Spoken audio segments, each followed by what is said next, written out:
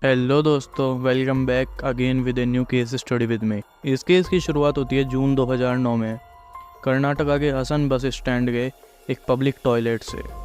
वहाँ पे देखा जाता है कि काफ़ी ज़्यादा भीड़ इकट्ठी होती है और वो इसलिए खड़े होते हैं कि जो टॉयलेट होता है उसका गेट अंदर से काफ़ी देर से लॉक होता है और वो काफ़ी ज़्यादा देर से उसका इंतज़ार कर रहे होते हैं। ना तो कोई अंदर से आवाज़ आ रही होती है और ना ही वो लॉक खुलने को होता है। तो एक टाइम ऐसा आता है कि वहाँ की पब्लिक उस लॉक को तोड़ती है, अंदर घुसते हैं तो देखते हैं कि एक चमचमाती साड़ी में एक दुल्हन की लाश वहाँ पर पड़ी हुई है जिसके मुंह से झाग निकल रहे हैं। सब लोग इसे सुसाइड मानते हैं कि शादी नहीं करनी थी, इसकी वजह से इसने सुसाइड कर लिया। ये केस यहीं पर बंद हो जाता है। कुछ ही दिनों बाद एक अनीता नाम की लड़की की गुमशुदा होने की रिपोर्ट पुलिस के पास आती है, बट पुलिस वही इसे नज़रअंदाज करती रहती है।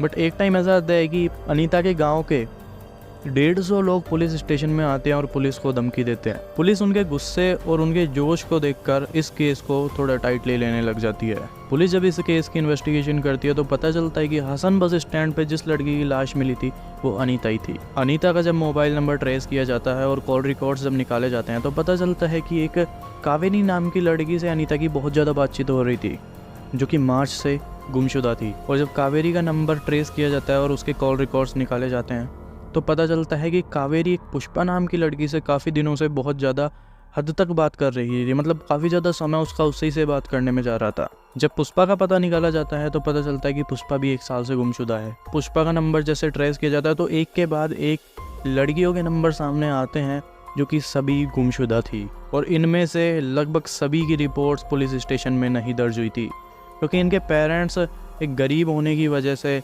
और अपना नाम ना ख़राब हो इसकी वजह से उनकी रिपोर्ट ही नहीं करवाते थे। और जब इन सारी लड़कियों के नंबर्स को ट्रेस किया गया तो पता चला कि इनकी लास्ट लोकेशन एक कर्नाटका के गांव में आई है। पुलिस उस गांव में रेड देने के लिए जाती है और जब पुलिस उस गांव में रेड दे रही होती है तो उनमें से एक नंबर ऑन आता है और जब उसके पास पहुँचा जाता है उस नंबर के पास तो वो सिम एक धनुष नाम का लड़का यूज़ ले रहा था।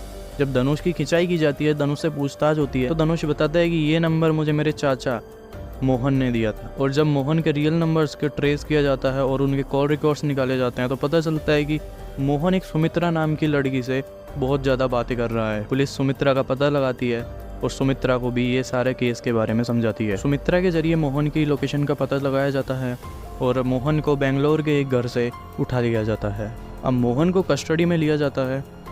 मोहन की पहले भी 3 शादियाँ हो चुकी थी, श्रीदेवी के साथ, कावेरी के साथ और मारी के साथ। मारी तो उसकी ही एक स्टूडेंट थी। पुलिस जब मोहन से टाइटली पूछताछ करती है तो मोहन इस केस का पर्दाफाश करता है। मोहन उन लड़कियों को फंसाता था जो कि 20 से 30 की उम्र की हो, जो कि गरीब हो और उनके पेरेंट्स दहेज की वजह से उनकी शादी ना कर पा रहे हों। मोहन उनको अपनी सेम कास्ट बताता था जिससे लड़कियां भी उससे शादी करने के लिए हाँ कर देती। और मोहन उनसे बोल देता था कि तुम अपने घर का सारा गहना ले आना जिससे तुम शादी करोगी तो उन्हें पहन सको। मोहन उनसे बोलता था कि अपन भाग के शादी करेंगे और मैं शाम के वक्त तुम्हारे घर के पास आऊँगा। मोहन उस लड़की को लेकर शाम के टाइम अपने घर पर आ जाता और बोलता कि हम कल सुबह मंदिर में जाकर शादी करेंगे, अब रात में तुम मेरे घर पर रुक लो। रात में मोहन उस लड़की के साथ करता और उसे बोलता कि तुम सुबह गहने मत पहनना क्योंकि बाहर चोरियाँ बहुत ज़्यादा बढ़ रही हैं। अगले दिन ऐसा ही होता। मोहन सुबह उस लड़की के साथ में एक बस स्टैंड पर जाता और वहाँ से मंदिर के लिए बस पकड़ते। मोहन अब उस लड़की को एक टैबलेट देता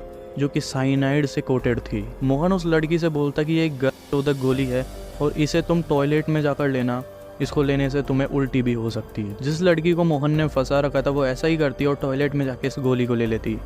थोड़ी ही देर में उस लड़की की जान चली जाती। थोड़ी ही देर मोहन वहाँ रुकने के बाद वहाँ से मोहन फरार हो जाता और अपने अगले शिकार की तरफ बढ़ता। मोहन को इस साइनाइड के बारे में कैसे पता चला? मोहन एक बार पहले भी जेल गया हुआ था जहाँ पे इसके साथ में एक सुनार भी था। तो उस सुनार से जब मोहन पूछता है कि तुम किस जुर्म में जेल में आए हो तो वो सुनार बताता है कि मेरे से साइनाइड कहीं बाहर रखा रह गया जिसको गाय और कुछ जानवरों ने अपने पेट में ले लिया, कंज्यूम कर लिया, जिसकी वजह से उनकी जान चली गई। इस वजह से मुझे जेल में रहना पड़ रहा है।